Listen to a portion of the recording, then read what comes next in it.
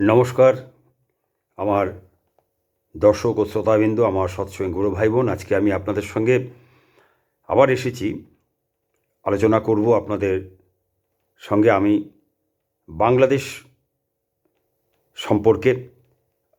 আমি আপনাদের সঙ্গে আগেও আলোচনা করেছি, আজকেও আমি একটু আপনাদের সঙ্গে আলোচনা করব।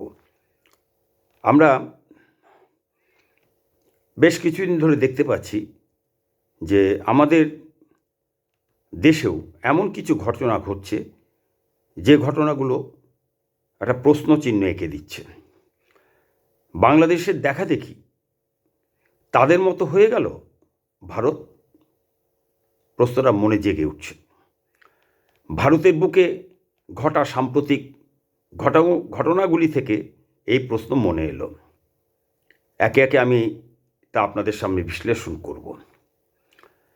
বাংলাদেশে গত বছর 2024 সালে জুলাই আগস্ট মাস থেকে আজ এই ডিসেম্বর মাস পর্যন্ত 2025 এই ডিসেম্বর মাস পর্যন্ত যে ধর্মান্ধতা ও সাম্প্রদায়িকতার ঘটনা গোটা বিশ্ব বাংলাদেশে ঘটতে দেখেছে ও দেখছে, তা গোটা বাংলাদেশকে ভয়ঙ্কর এক প্রশ্নচিহ্নের মুখে দাঁড় করিয়ে দিয়েছে। গত বছর 2024 জুলাই আগস্ট মাসে আপনারা সকলেই জানেন যে ঘটনাগুলো ঘটেছে তার বহু বহু আগে থেকেই। ক্রিকেট খেলা বা যে কোনো ঘটনাকে কেন্দ্র করে ভারত বিরোধিতার মেঘ বাংলাদেশকে আচ্ছন্ন করে তুলছিল। আর সেই ভয়ঙ্কর বিরোধিতার কালো মেঘ ভেঙে পড়েছিল ভারতের ওপরে। বাংলাদেশের প্রধানমন্ত্রী শেখ হাসিনাকে ছদ্ম রাজনীতি ও ছদ্ম ছাত্র আন্দোলনে ক্ষমতাচ্যুত করার পর বাংলাদেশে যখন ধর্মান্ধতা সাম্প্রদায়িকতা চরমে, তখন আমরা ভারতে বসে কি দেখতে পাচ্ছি? আমরা যা দেখছি যে ঘটনাগুলো, সে ঘটনাগুলি আমি আপনাদের সঙ্গে আলোচনা করব। তাহলে বাংলাদেশের ধর্মান্ধতা ও সাম্প্রদায়িকতার বিরুদ্ধে আমরা কি বলবো? বাংলাদেশের সাম্প্রদায়িকতা ও ধর্মান্ধতার বিরুদ্ধে যারা সোচ্চার, তারাই আবার এদেশে সাম্প্রদায়িকতা ও ধর্মান্ধতার বিরুদ্ধে চুপ। আবার যারা এদেশের ধর্মান্ধতা সাম্প্রদায়িকতার বিরুদ্ধে দিন রাত চেঁচাচ্ছে, গলা ফাটাচ্ছে, তারা বাংলাদেশের বা পাকিস্তানের ধর্মান্ধতা বা সাম্প্রদায়িকতার বিরুদ্ধে নীরব বরফের মতো শীতল। এরা কারা? এরা কি ভারতীয়? দুই দেশের আমরা একেবারে সাধারণ ভাঙাচোরা যে মানুষ, আমরা ভাঙাচোরা জনগণ, এদের দ্বারা বিভ্রান্ত, পথভ্রষ্ট। মিথ্যেকে সত্য বলে আঁকড়ে ধরছি, আর সত্যকে মিথ্যে বলে ছুঁড়ে ফেলে দিচ্ছি, পদদলিত করছি। এসব দেখে শুনে মনে হচ্ছে এসব হচ্ছেটা কি? আবার যখন এইসব দৃশ্যগুলো দেখি তখন মনে হয় যে এরা সবাই স্বাধীন, এদের উপর কারো কোনো দলের কোনো সরকারের কোনো হাত নেই, নিয়ন্ত্রণ নেই। এরা মুক্ত, এরা স্বাধীন। এদের গান, এদের দর্শন, এদের মিশন একটাই, আমাদের ইচ্ছেটা আমাদেরই, আমাদের ইচ্ছে তা ভুল হোক বা ঠিক হোক, সত্য হোক বা মিথ্যে হোক, ভবিষ্যৎ ধ্বংস হোক কি মজবুত হোক, সেসব ভাবার, সেসব দেখার আমাদের সময় নেই। আমাদের যা ইচ্ছে হবে সেই ইচ্ছের ডানা মেলে আমরা উড়বই। তাতে আমার বা কার ডানা কেটে গিয়ে কে বা কারা জটায়ু হলো বা হবে, তা ভাবার, দেখার, শোনার ও বোঝার দরকার নেই, সময় নেই। আমাদের একটাই মিশন, ভাঙো, চুরমার করো, শেষ করে দাও। আর তা জেনেই হোক বা আমাদের অজান্তেই হোক। ভাবি এসব হচ্ছেটা কি? বাংলাদেশের সাম্প্রতিক সাম্প্রদায়িকতা ও ধর্মান্ধতার ঘটনা আমরা সবাই কম বেশি মোটামুটি জানি। প্রতিদিনই আমরা হিন্দু ধর্ম ও ধর্মের লোকজনের ওপর, হিন্দু দেবদেবী ও মনীষীদের ওপর নানা ঘৃণ্য ঘটনা ঘটতে দেখছি। ইসলামের দেশে বিদেশি ধর্মের ও ভগবানের নাকি আরাধনা করা যাবে না? এবার এদেশের রাজ্যে রাজ্যে ঘটে যাওয়া সোশ্যাল মিডিয়ার মাধ্যমে প্রচারিত নানা ঘটনা দেখছি এদেশেও মুসলমানদের হিন্দু ধর্ম ও দেবদেবীর ওপর আক্রমণ ও অবমাননা। এছাড়া এবার দেখলাম খ্রিস্টানদের শ্রেষ্ঠ উৎসব প্রভু যিশুর জন্মদিন 25শে ডিসেম্বরকে কেন্দ্র করে বিভিন্ন রাজ্যের বিভিন্ন এলাকায় বড়দিনের সামগ্রী বিক্রি করাকে কেন্দ্র করে ঝামেলা হচ্ছে। সাধারণ গরিব মানুষের সারাদিনের খেটে খাওয়া মানুষের 2-1 পয়সা রোজগারে বাধা দিচ্ছে, উঠিয়ে দেওয়া হচ্ছে রাস্তা থেকে, কোথাও বা জ্বালিয়ে দেওয়া হচ্ছে। কি কারণ বলা হচ্ছে প্রভু রামের দেশে বিদেশি ভগবানের কাণ্ড কারখানা চলবে না। একে কি বলবো? এসব কি ধর্ম পালনে বা প্রভু হজরত মোহাম্মদ বা প্রভু রামচন্দ্রের প্রতি ভক্তি ভালোবাসার নমুনা? এসব কি আমরা ধর্ম ও জীবন্ত ঈশ্বর সম্পর্কের অজ্ঞানতা থেকে করছি, নাকি কারো এজেন্ট হয়ে আমরা এসব কাজ করছি? চমকে উঠে মন বলে ওঠে, এসব হচ্ছেটা কি?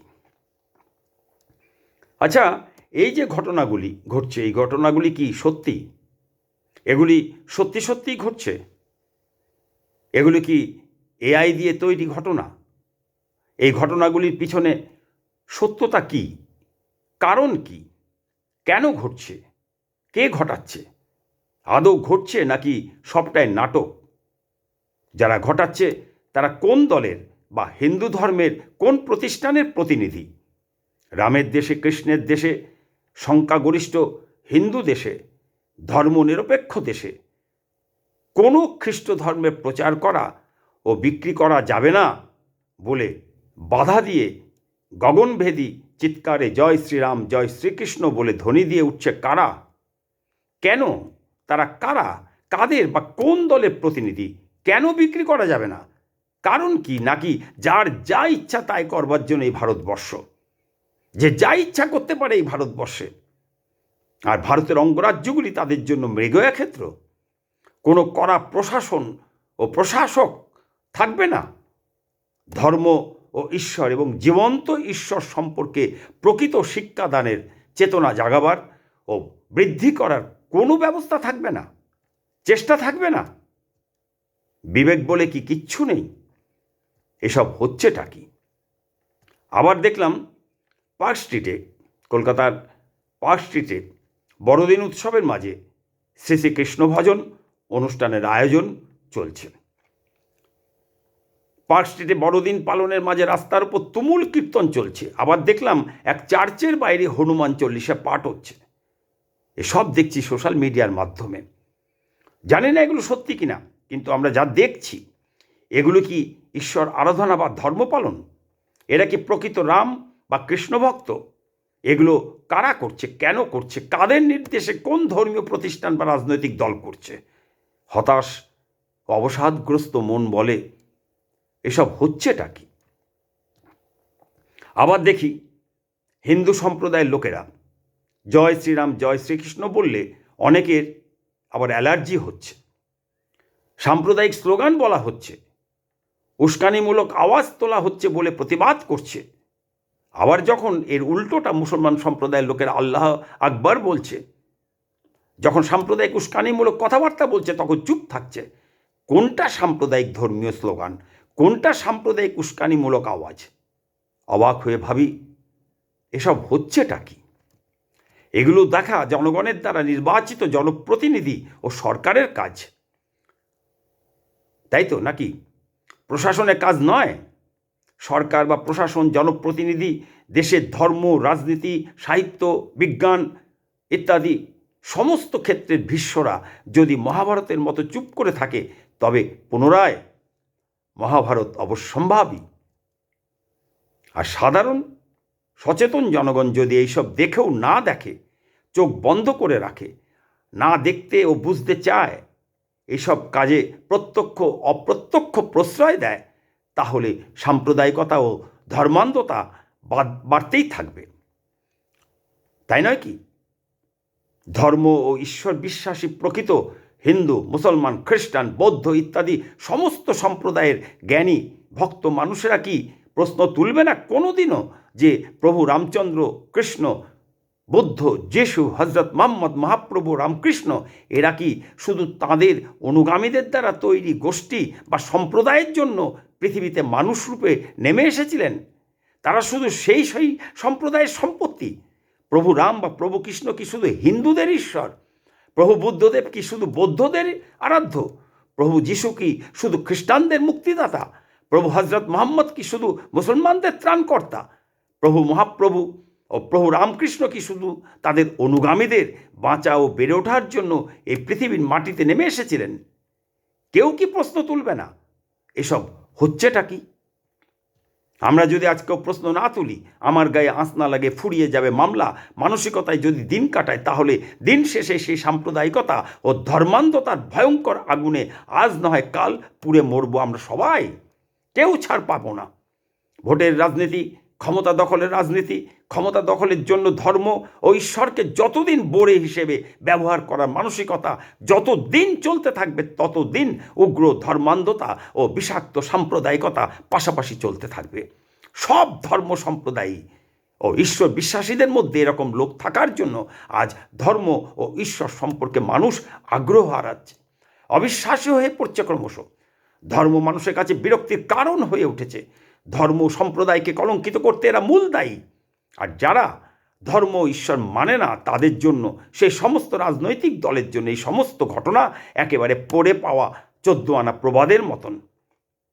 আবার ধর্ম ও সম্প্রদায়কে কলঙ্কিত করবার জন্য পারস্পরিক ঘৃণা, বিদ্বেষ, অবিশ্বাস জন্মাবার জন্য ও পরিশেষে ভয়ঙ্কর লড়াই লাগাবার জন্য এই ধরনের লোকেরা কোনো বাইরের শক্তির এজেন্ট হিসেবে কাজ করে দেশকে দুর্বল করার জন্য, ধ্বংস করার জন্য। যা আমরা স্বাধীনতার সময় ব্রিটিশের ঘৃণ্য চক্রান্তে ভারত ভাগ করে সমস্যা সমাধানের নামে ভারত ভাগের ক্ষেত্রে দেখেছি, এবং তার ধারাবাহিকতা আজ 78 বছর ধরে ভারত ধ্বংসের চক্রান্তের মধ্যে দিয়ে দেখছি। পরম প্রেমময় শ্রী ঠাকুর অনুকূলচন্দ্র 1946 সালে ও তার বহু আগে থেকেই ব্রিটিশদের দেশভাগ সম্পর্কে দেশনেতাদের সচেতন করে দিয়ে দেশনেতাদের উদ্দেশ্যে আকুলভাবে বারবার এই ভাগের ভয়ঙ্কর পরিণাম সম্পর্কে সাবধান করে দিয়েছিলেন ও ভারত ভাগ না করতে অনুরোধ করেছিলেন এবং হিন্দু মুসলমানের সমস্যা সমাধানের উপায় বলে দিয়েছিলেন। কিন্তু কেউই শ্রী ঠাকুর অনুকূলচন্দ্রের ভবিষ্যৎ সাবধান বাণীকে গুরুত্ব পাত্তা দেননি। পুরুষোত্তম পরমপিতা দ্রষ্টা পুরুষ পরম প্রেমময় শ্রী ঠাকুর অনুকূলচন্দ্র বলেছিলেন, dividing compromise is hatch of the animosity, অর্থাৎ ভাগ করে সমাধান করার অর্থ তা দিয়ে দিয়ে শত্রুতার ডিম ফোটানো। আজ স্বাধীনতার 78 বছর ধরে এই বাণীর শত্রুতার ডিম ফুটে ফুটে দেশটাকে ক্ষতবিক্ষত করে তুলেছে ও ধ্বংসের দিকে এগিয়ে নিয়ে যাচ্ছে। আজ গোটা বিশ্ব দেখতে পাচ্ছে সেই শত্রুতা। আমরা কি দেখতে পাচ্ছি? একবারও কি প্রশ্ন করেছি নিজের বিবেকের কাছে এসব হচ্ছেটা কি? আজ যদি বৃহৎ শক্তিধর রাষ্ট্রনেতারা ভাবে ভারতে যা হচ্ছে হোক, অশান্তির আগুন লাগুক ভারতের অভ্যন্তরে, ভারত দুর্বল হোক, ভারত নিপাত যাক, আমরা বেঁচে থাকি, সুখে থাকি, আমার গায়ে আঁচ না লাগে ফুরিয়ে যাবে মামলা, এই মানসিকতার ফলস্বরূপ একদিন এই আগুন ছড়িয়ে পড়বে গোটা বিশ্বে। পড়শিরা যে আমার বাঁচার পুঁজি, এই বোধ যদি না জাগে, উপলব্ধি যদি না হয়, তাহলে শেষের সেদিন ভয়ঙ্কর। পরম প্রেমময় শ্রী ঠাকুর অনুকূলচন্দ্র তাই আমাদের সতর্ক করে দিয়ে বলেছিলেন, পড়শিরা তো নিপাত যাবে, তুই বসে সুখ খাবি বুঝি। পড়শিরা তো নিপাত যাবে, তুই বসে সুখ খাবি বুঝি, যা ছুটে যা তাদের বাঁচা, তারাই যে তোর বাঁচার পুঁজি। জানি না আমরা কবে